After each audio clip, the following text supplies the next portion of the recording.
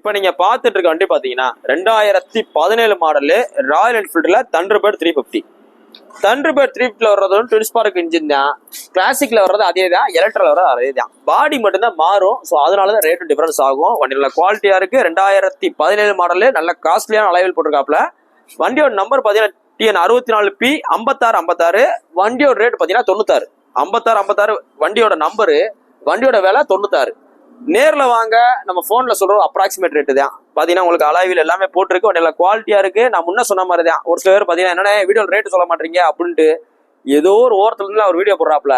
ஆனா அந்த வீடியோ போட்டவனுக்கே அந்த வண்டியை பத்தி தெரியாது. இப்ப நாங்க ஒருத்தர் சொல்லிட்டு இருக்காப்ல, நாங்க மதுரையில வெள்ளை கலர் புள்ள ரேட்டு போட வைக்கிறாங்க, ரேட்டு போட மாட்டாங்க அப்படின்றாருல. ஆனா சொன்னவர்கிட்ட ஒரு பேப்பரும் பென்சிலும் கொடுத்து ராயல் என்ஃபீல்டு ஸ்பெல்லிங் எழுதினாலே எழுத தெரியாது.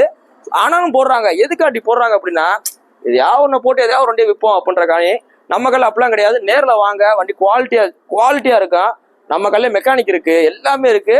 செக் பண்ணி தான் எடுக்கிறோம், செக் பண்ணி தான் கொடுக்குறோம். இன்னைக்கு போஸ்ட் டேட் பார்த்தீங்கன்னா நவம்பர் 22, 2024 போறோம். அந்த வண்டி பார்த்தீங்கன்னா மதுரை SKR இருக்கு.